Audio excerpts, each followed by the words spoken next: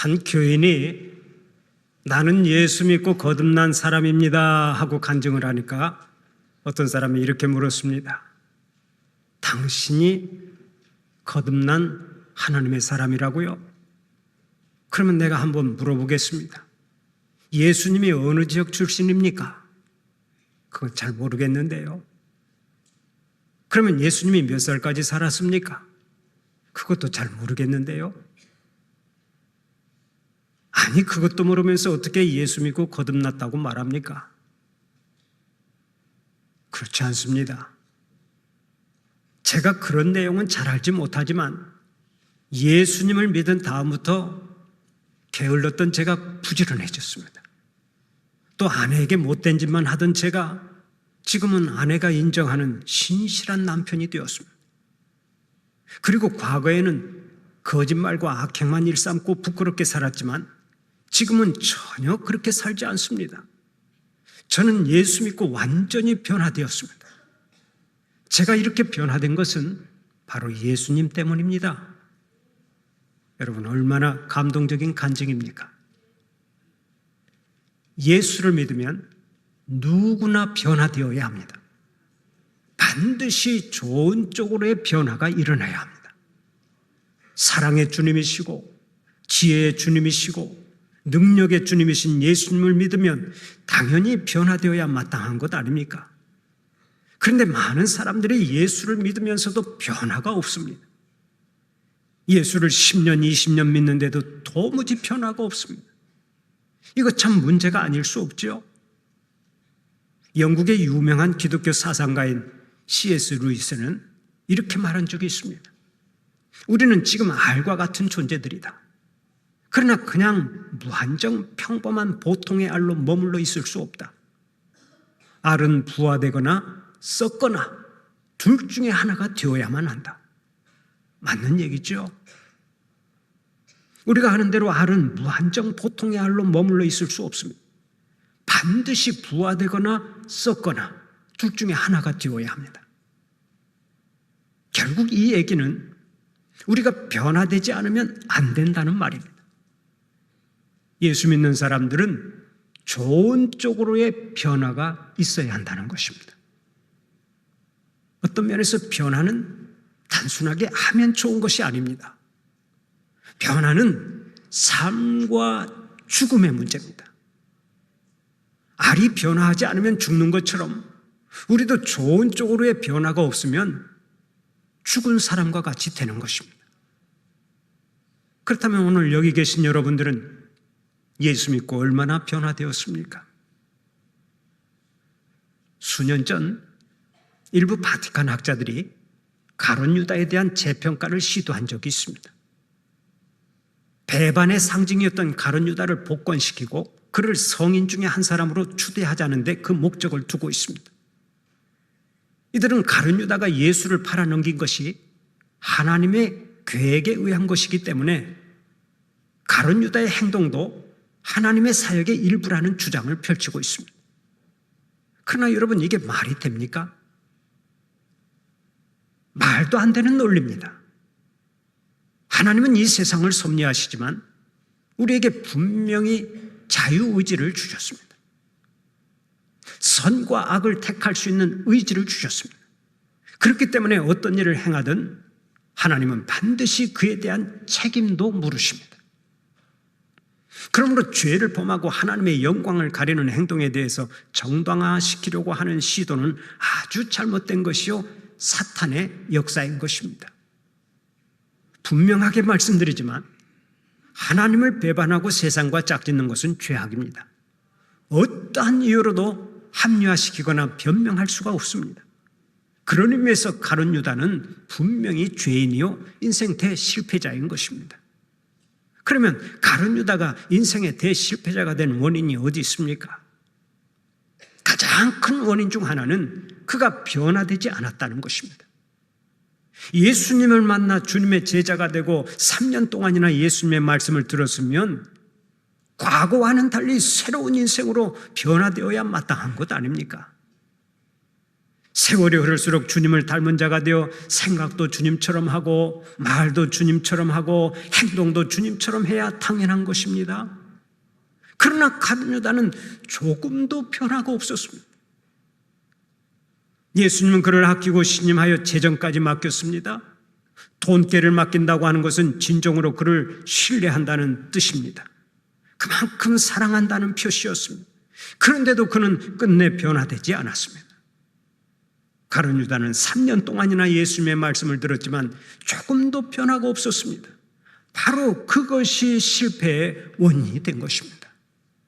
오늘 예배드리는 우리 성도들은 가룟 유다의 삶은 흉내도 내지 마시기를 바랍니다.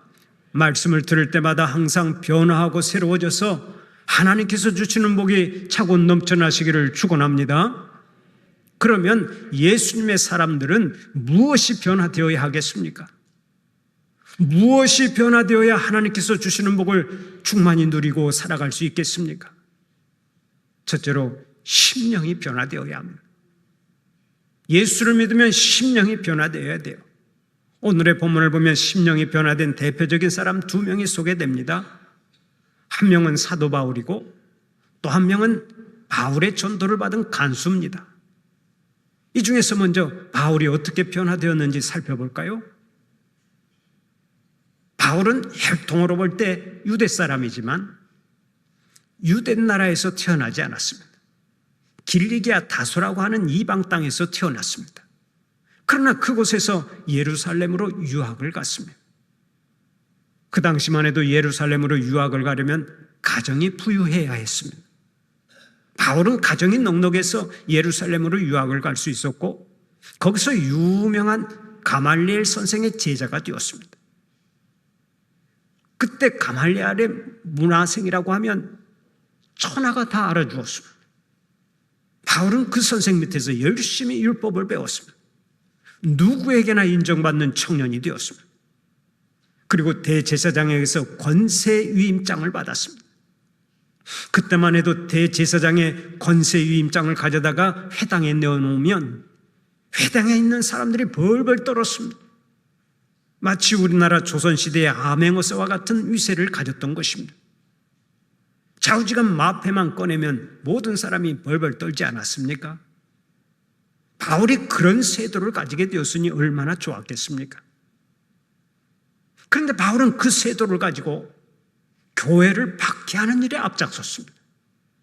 예수 믿는 사람들을 다 잡아다가 감옥에 가두고 재산을 빼앗아 버렸습니다. 말을 듣지 않으면 죽여버렸습니다. 아주 인정사정 없이 교회를 핍박하는 사람이었습니다. 이렇게 못된 사람이었는데 하루는 기독교인들을 때려잡기 위해서 다메섹으로 가다가 부활하신 예수님을 만났습니다. 부활하신 예수님이 바울에게 말씀하셨습니다. 사울아 사울아 네가 어찌하여 나를 박해하느냐. 바로 거기서부터 그의 인생이 180도 달라져 버렸습니다. 박해자로 살던 사울이 이름까지 바울로 개명하고 예수님의 제자가 된 것입니다. 그 바울은 만나는 사람마다 전도해서 교회를 세웠습니다. 죽기 살기로 박해하던 예수님을 이제는 가는 곳마다 구세주라고 소개하며 자랑하고 다녔습니다. 그렇게 잔인하고 악질적으로 살던 사람이 예수님을 만나고 나서 완전히 다른 사람으로 변화된 것입니다. 오늘의 본문을 보아도 그것을 확인할 수가 있습니다. 여러분, 바울이 예수님을 전파하기 위해서 어디까지 간 줄 아십니까? 빌립보라고 하는 이방 지역까지 갔습니다. 그곳에 가보니까 귀신 들린 여자가 하나 있었습니다. 이 귀신 들린 여자가 점을 쳐서 돈을 버는데 돈을 아주 많이 벌었습니다.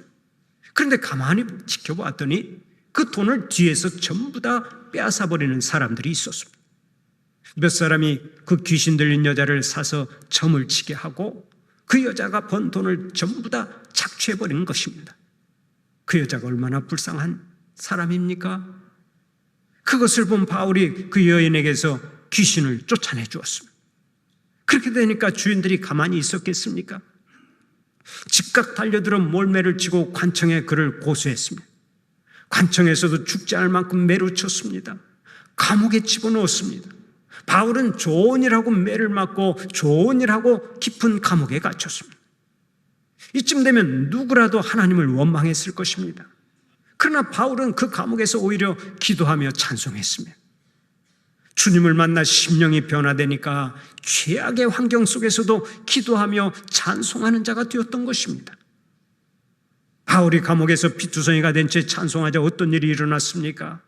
큰 지진이 나고 감옥 문이 열리는 기적이 일어났습니다. 바로 이것이 찬송의 능력인 줄 믿으시기 바랍니다. 찬송은 하나님의 영광을 높이 드러내지만 동시에 찬송은 그 자체가 힘이요 능력입니다. 그래서 우리가 찬송할 때마다 마귀는 물러가고 어둠의 세력도 떠나가는 것입니다. 찬송할 때마다 불평도 떠나가고 염려도 떠나가고 근심도 떠나가게 되는 줄 믿으시기 바랍니다. 하나님께서는 찬송하는 자에게 건강 주시고 승리 주시고 평강 주시고 감사가 넘치도록 복을 주시는 것입니다. 인생을 하나님 없이 외롭게 살아가는 사람은 찬송할 수가 없습니다. 불안하고 고독한데 어떻게 하나님을 찬송할 수 있겠습니까? 그러나 우리는 어디서든 찬송할 수 있습니다. 왜 그렇습니까? 주님께서 우리의 죄를 사하시고 하나님의 자녀가 되게 하시고 모든 저주에서 해방시켜 주셨기 때문입니다. 주님은 택한 백성과 언제나 함께 하십니다. 택한 백성을 굳세게 해주십니다. 택한 백성을 도와주십니다. 의의 오른손으로 붙들어 주십니다. 그래서 찬송하지 않고는 견딜 수가 없는 것입니다. 여러분의 심령 속에 이 찬송이 넘쳐나시기를 축원합니다. 바울은 두들겨 맞아서 피투성이가 되었지만 하나님께 감사하며 하나님을 찬송했습니다. 그러자 갑자기 지진이 일어나서 옥터가 움직이고 감옥문이 열리는 기적이 일어났습니다. 도망가기 딱 좋은 순간이 찾아온 것입니다. 그러나 사도 바울은 그때 도망치지 않았습니다. 왜 그런 줄 아세요? 그 감옥을 지키는 간수를 생각했기 때문입니다. 그 당시에는 죄수가 도망치면 간수가 대신 죽거나 형을 살아야 했습니다. 그것까지 헤아린 바울은 도망치지 않고 오히려 간수를 전도했습니다. 바울이 얼마나 사려가 깊고 구령의 열정이 큰지를 확인할 수 있죠.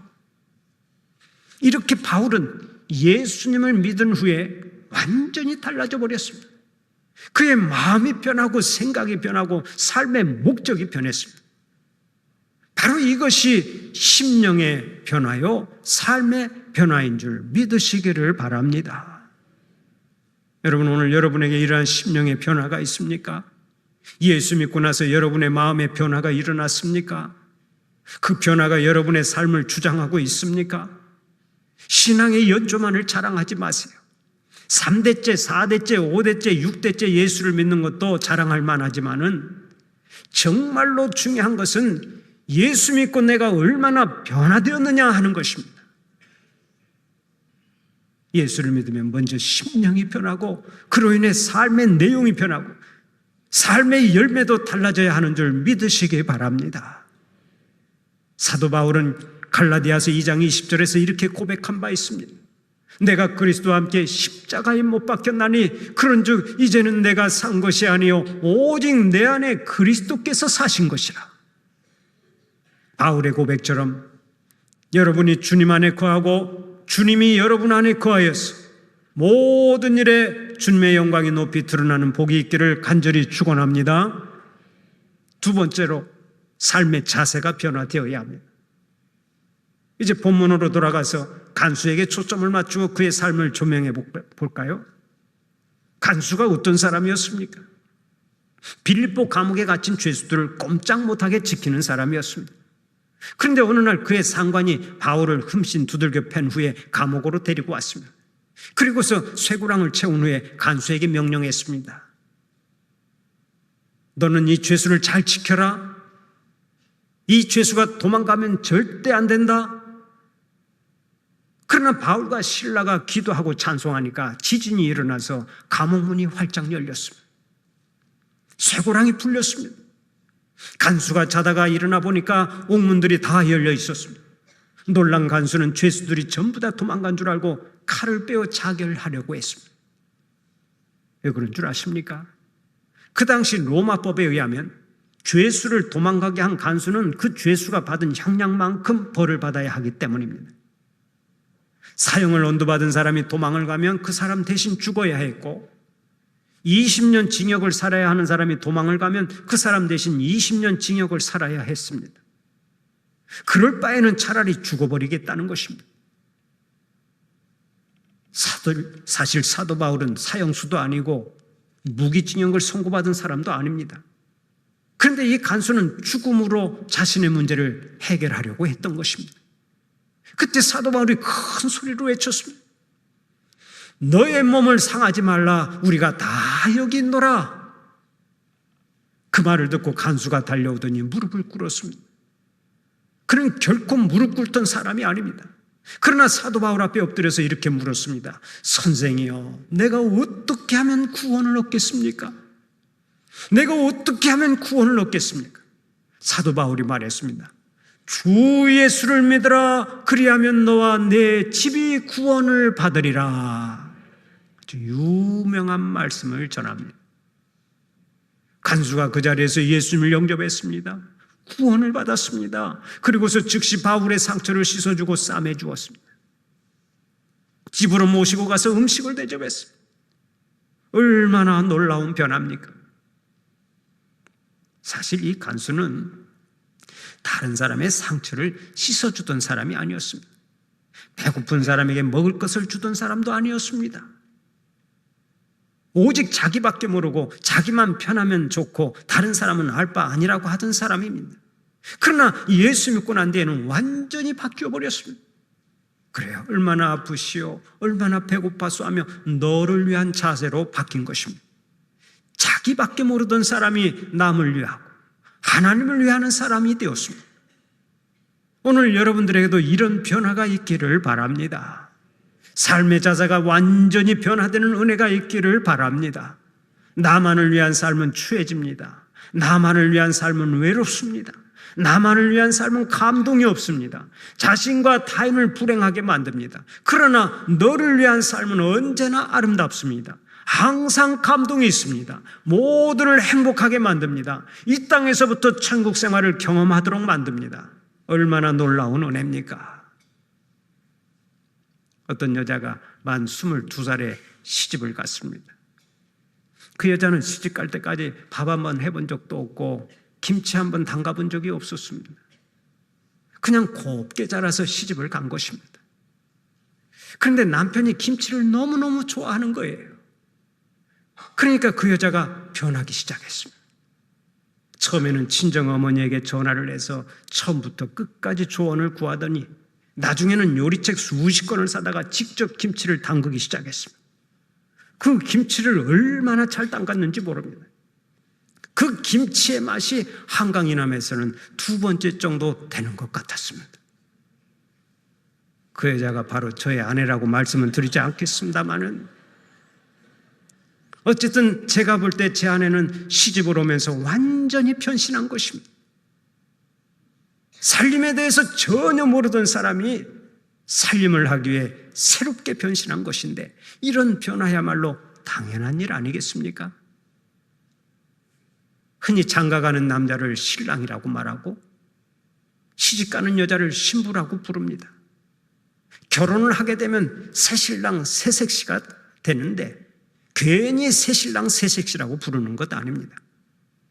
결혼을 하면 이제 완전히 새롭게 살아야 하니까 새신랑 새색시라고 부르는 거라고요. 바로 이것입니다. 우리도 예수님을 만나 새로운 피조물이 되었으면 이제 새롭게 살아야 마땅한 줄 믿으시기 바랍니다. 예수 믿고 새로운 피조물이 되었으면 이제 더 이상 옛사람의 습관을 가지고 살아서는 안 됩니다. 오직 새 사람으로 살아야 합니다. 오직 주님의 영광을 위해서 살고 사람들에게 봉사하는 삶을 살아야 하는 것입니다.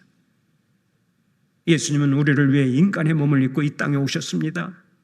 그것도 낮고 천한 말구 위에 오셨습니다. 그렇게 하지 않으면 우리와 대화할 수도 없고 우리를 위해 십자가에 못 박혀 죽으실 수도 없었기 때문입니다. 예수님은 우리를 위해 기꺼이 내려오시고 낮아지시고 모든 것을 아낌없이 내어주셨습니다. 그 은혜로 우리가 구원받고 영생복락을 누리게 된 것입니다. 그렇기 때문에 예수님을 믿고 예수님을 따르게 되면 예수님처럼 타인을 위해 살게 되고 하나님의 영광을 위해서 살게 됩니다. 사도 바울은 주님을 만난 이후로 오직 하나님의 영광을 위해 살았고 사람들을 하나님 앞으로 인도하기 위해 삶 전체를 바쳤습니다. 하나님을 위해 살고 타인을 위해 살면서 세계 역사를 바꿔놓은 사람이 바로 사도 바울입니다. 사랑하는 우리 성도들은 언제나 하나님의 영광을 위해서 일하고 다른 사람에게 봉사하는 삶을 살아가면서 이 땅에서부터 천국을 경험하는 자들이 되시기를 축원합니다. 마지막으로 가정이 변화되어야 합니다. 오늘의 본문 33절 이하를 보면 이렇게 증언하고 있죠. 밤 그 시에 간수가 저희를 데려다가 그 맞은 자리를 씻기고 자기와 그 권속이 다 세례를 받은 후 저희를 데리고 자기 집에 올라가서 음식을 차려주고 저와 온 집이 하나님을 믿었으므로 크게 기뻐하니라. 간수는 예수를 믿고 즉각 식구들과 함께 세례를 받았습니다. 그 결과 큰 기쁨을 얻었다고 했습니다. 바로 이것이 변화의 복입니다. 이전에는 간수의 가정에 이런 기쁨이 없었습니다.